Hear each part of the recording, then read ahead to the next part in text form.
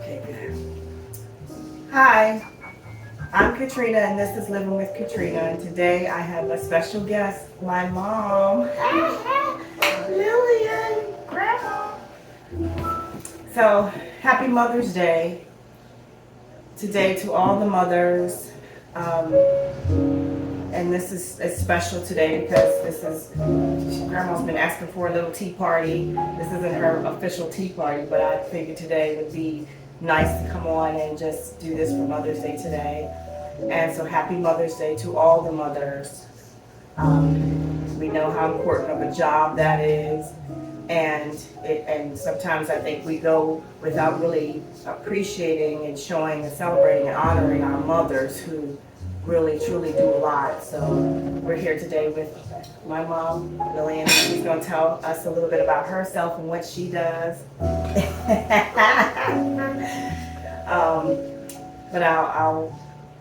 But we are actually having tea, so you can go ahead and start, Grandma. Where did I start? You volunteer. A volunteer, okay. Well, to me, Mother's Day, very special to me.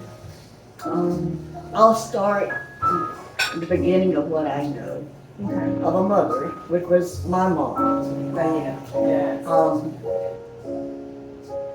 She was a one of a kind, honest to a fault, and serious to a fault when necessary. She brought us up to love one another, to bring us up to love our family as a group.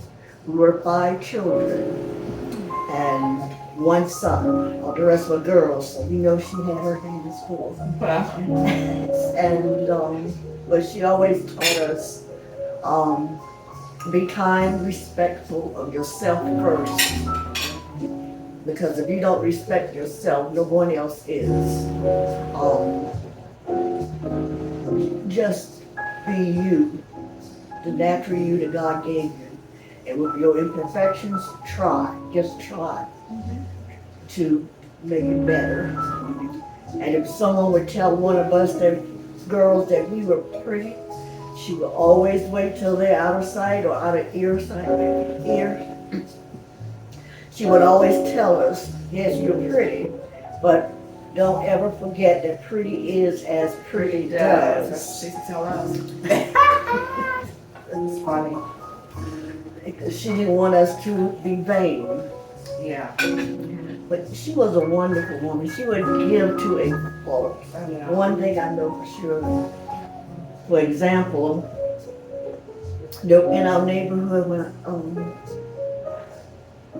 there was a family whose home burned down. And they lost everything. And I came home from work one day,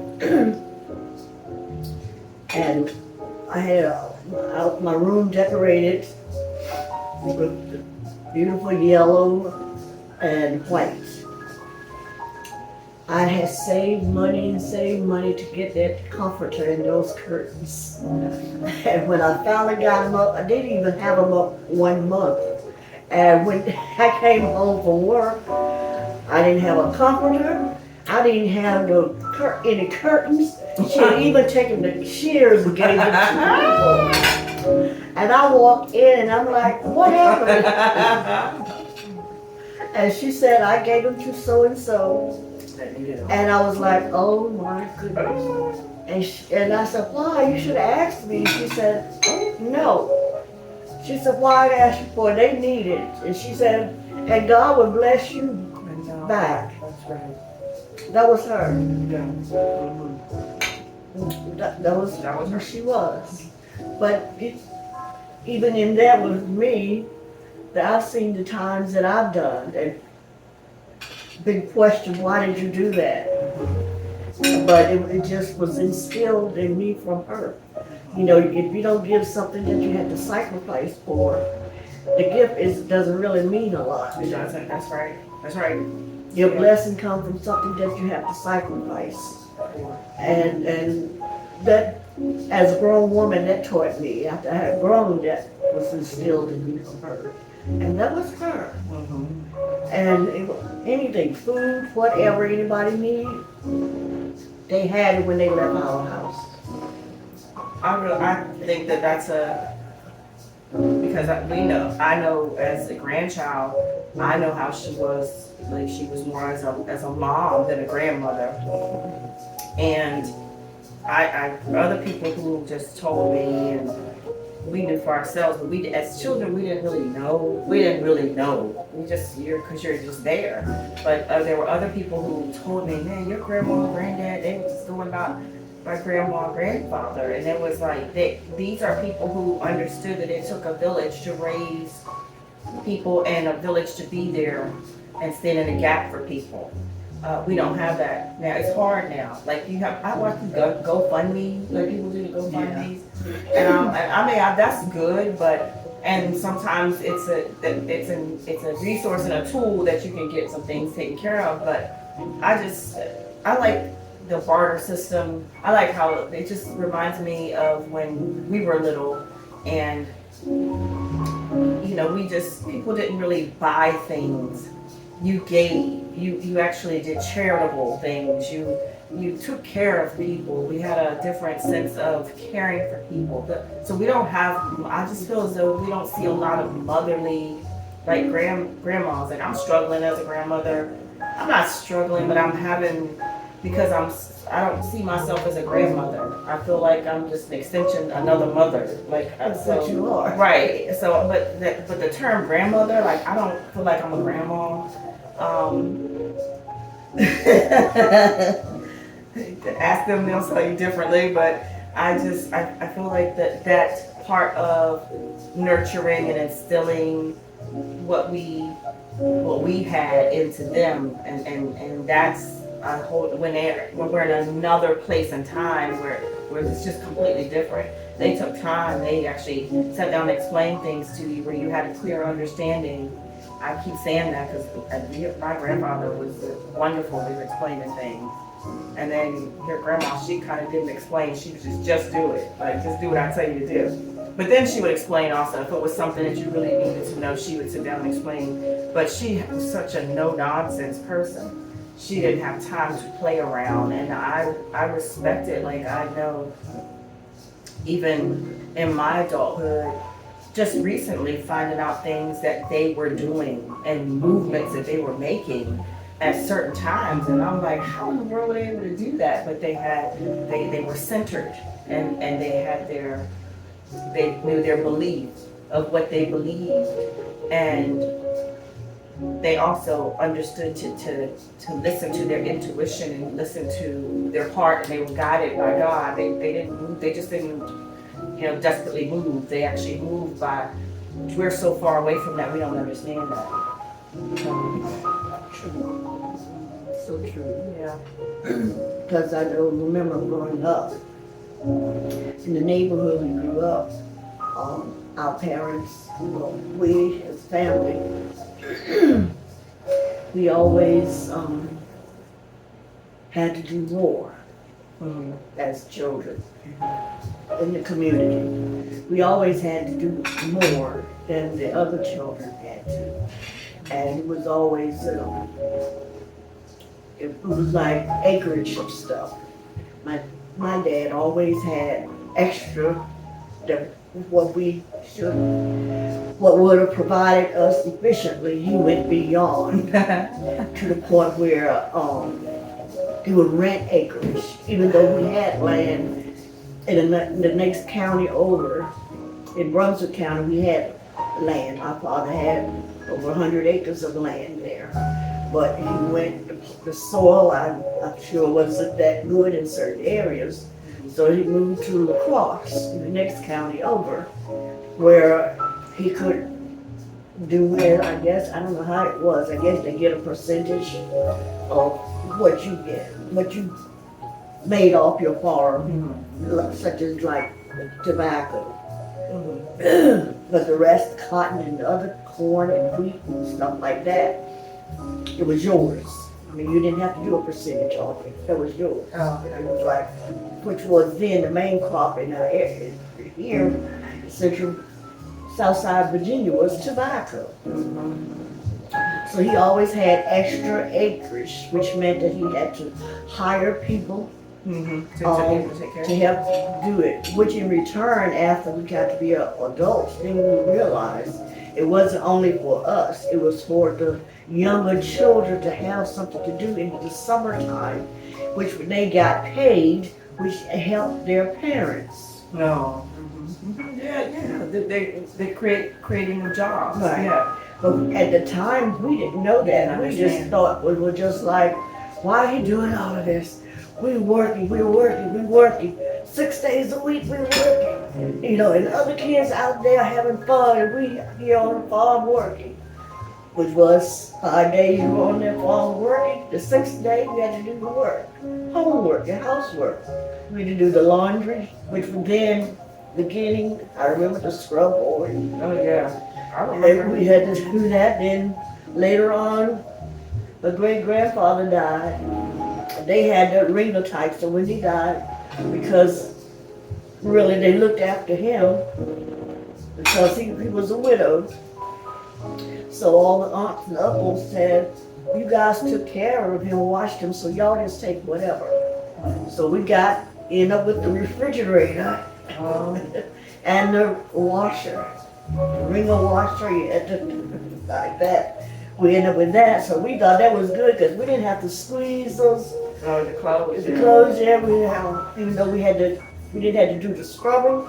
Put them in there, then you wring them out over into the rinse water. Then you move the tub around so you can wring them out of the rinse water. Then you hang them on your dry on the line. So we thought we were in heaven. Well, right. You had moved up. And nobody else around us had it, so that's how we got it. No. So there was blessings upon blessings. At the time, we didn't know that.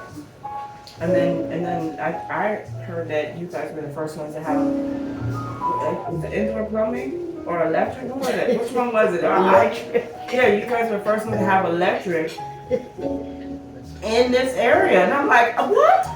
And I mean, But that was a different time. I know, but that's amazing. That was in the 50s. That's crazy though. Like I just can't even imagine that. Like That what did other people say when you were the only ones that had electric? What did they say to y'all? I don't know, they didn't say anything to us.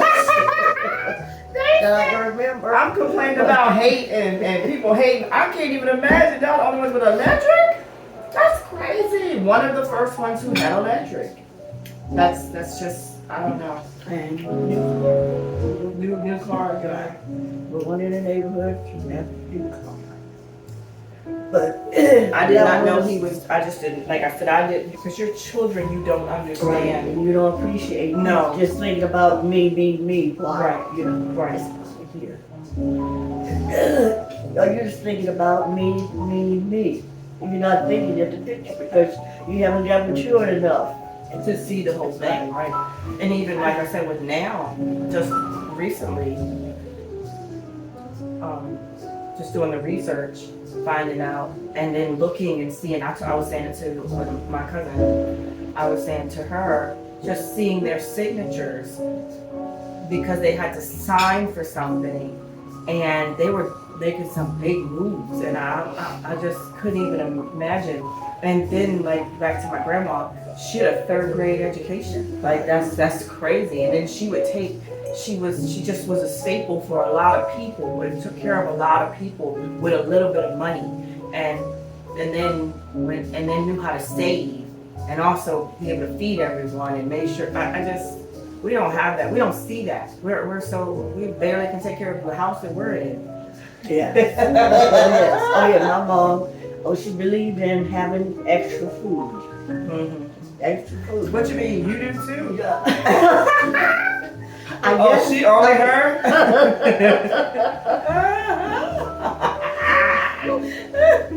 Oh, I call myself the food hoarder because I don't know. I'm only me, and we don't even eat the same No, I'm food. like, what is going on? And your freezer is always like you got to shove it up. I'm like, why is there so much food in here? But I guess that was past, that was something, I guess, just for her. Yeah, probably. Because even before we had freezers, everything was canned. And we had one room that nothing went in that room but canned food. Wow. And it was big, that was the biggest room in the house. Are you serious? Serious. And food was all on the wall, all on the floors. Oh. And back then, everything was canned. Canned. Like spare ribs and stuff like that was canned. Tenderloin was canned. Wow. And the food was good. When she prepared the food, it was delicious. Not like when we had to go there because it was different. Right. And on top of it, it was done with love. Yeah, absolutely. It was done for love. Anybody in the neighborhood that needed food, all the women knew.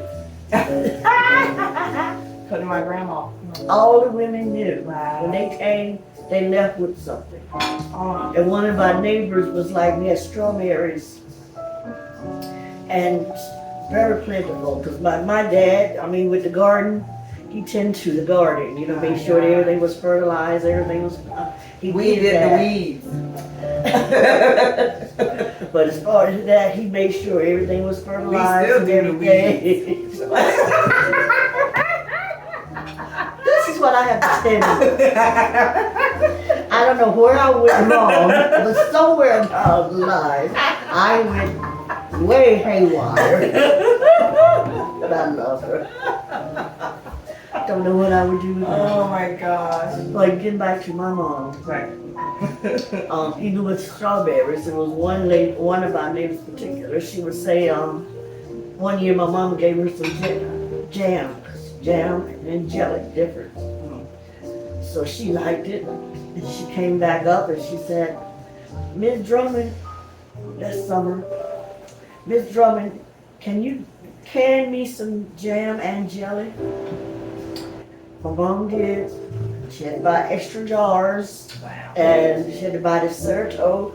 I still know what it is today, the gelatin for the jelly. And then she had extra sugar, had to get the extra sugar for the preserves. And like I say, with the jars. And every year, my mom made extra for her, gave it to her. My dad would say, well, couldn't they at least buy the sugar? Dang. No. And that was it. But that was his way of putting in, but yet and still, he bought it. Right, exactly. He bought it. Right. Which means that that was his way of saying something on the opposite end. Yeah. Which he knew that he was going to do anyway. Yeah. You didn't have a choice, right? Oh. But I'm so glad that God blessed me with the parents that I had, which made me to be the woman that I am today. Yes, absolutely. Because I had great examples. Yes. It was like I said before, when I was growing up, I thought I had the worst parents, the strictest parents, couldn't do anything, couldn't go anywhere.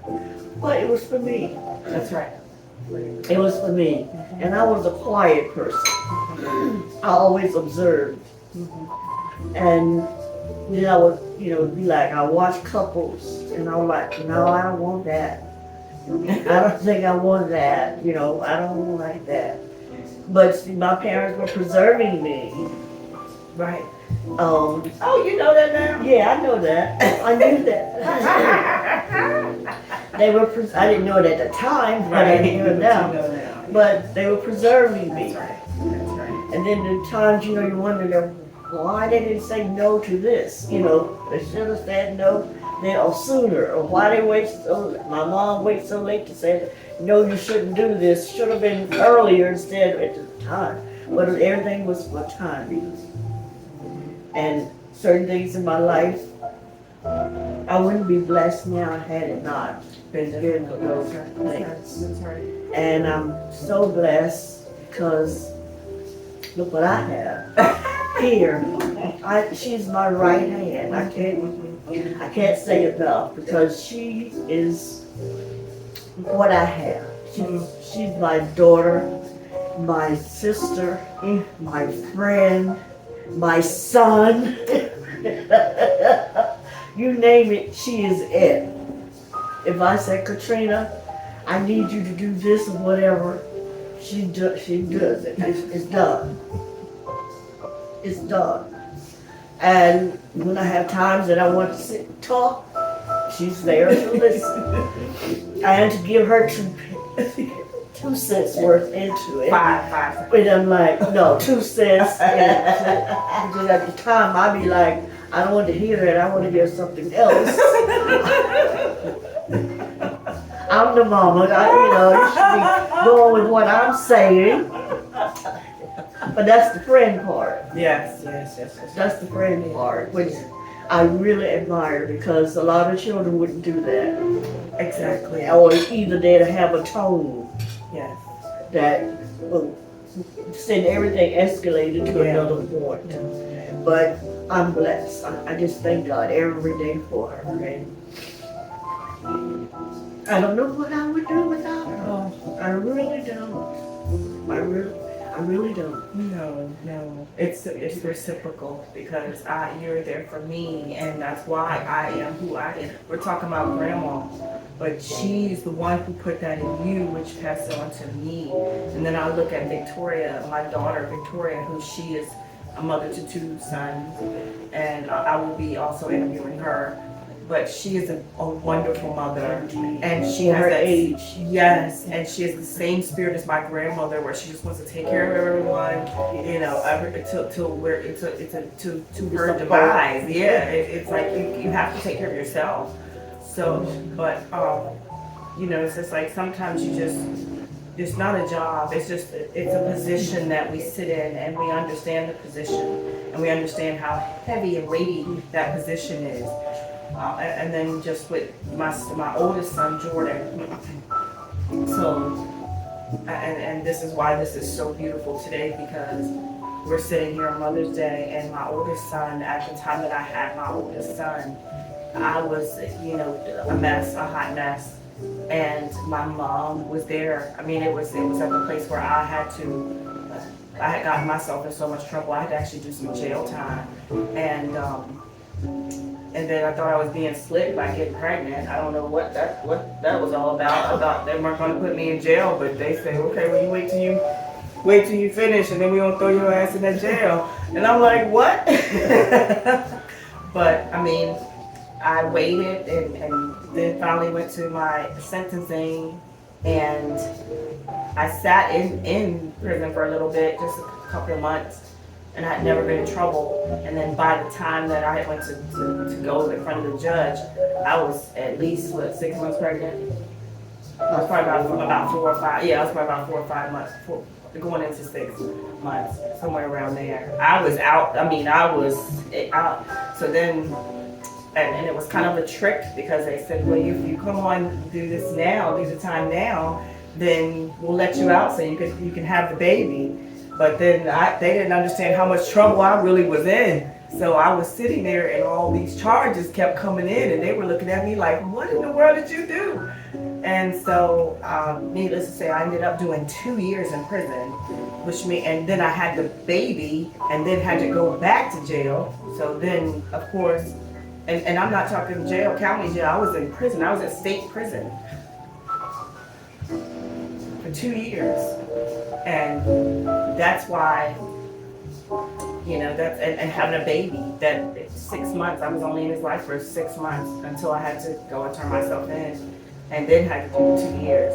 And when I say she stepped in, like just right in, like without a doubt, she just came on in and was like, okay, we're gonna do what we gotta do.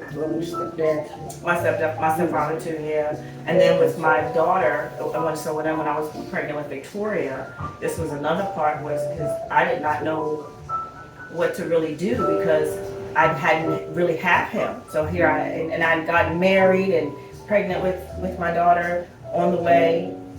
And I remember leaving the hospital going, what? I don't even know what to do. And she packed her bags up, and she was there for almost 2 weeks. And I could feel towards the end of the 2 weeks, I was like, oh no, she's about to leave and go home. I freaked out. I was like, oh. And my husband at the time, I was like, she can't leave. Like, I don't know what to, because not only was she helping, she was, you know, it was I had to see certain things that I had never saw because I was never around babies, so I just didn't know what to do. But then of course your motherly instinct kicks in. But when I say she's always been there, so I needed her, and then the motherly part just kind of kicked in where for me, because that was not, I wasn't used to it, and I was so hard and rigid, and I didn't.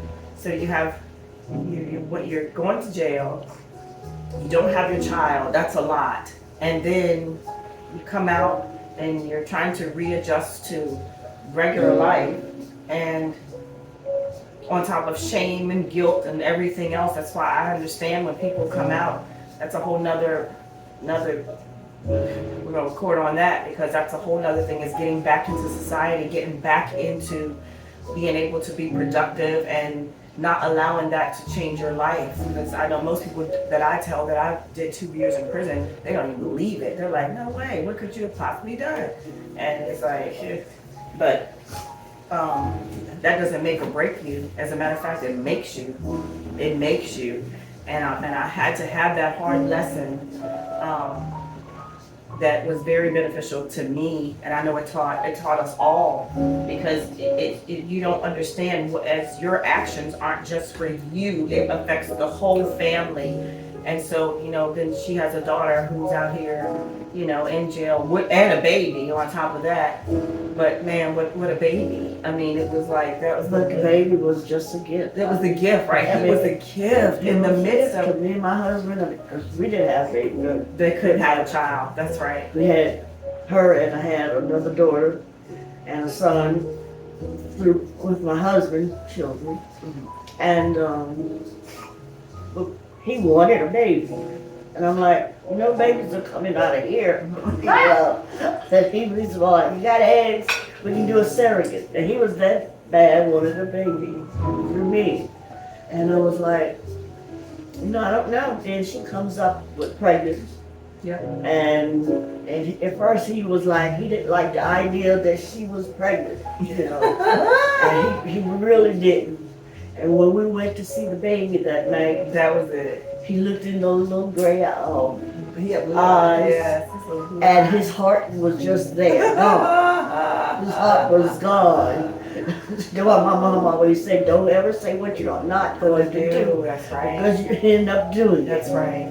To some percentage or another. That's right. You're going to end up doing some of it. That's right.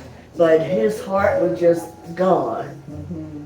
Yeah. And he was going to pick her up to bring them home. Was the next day.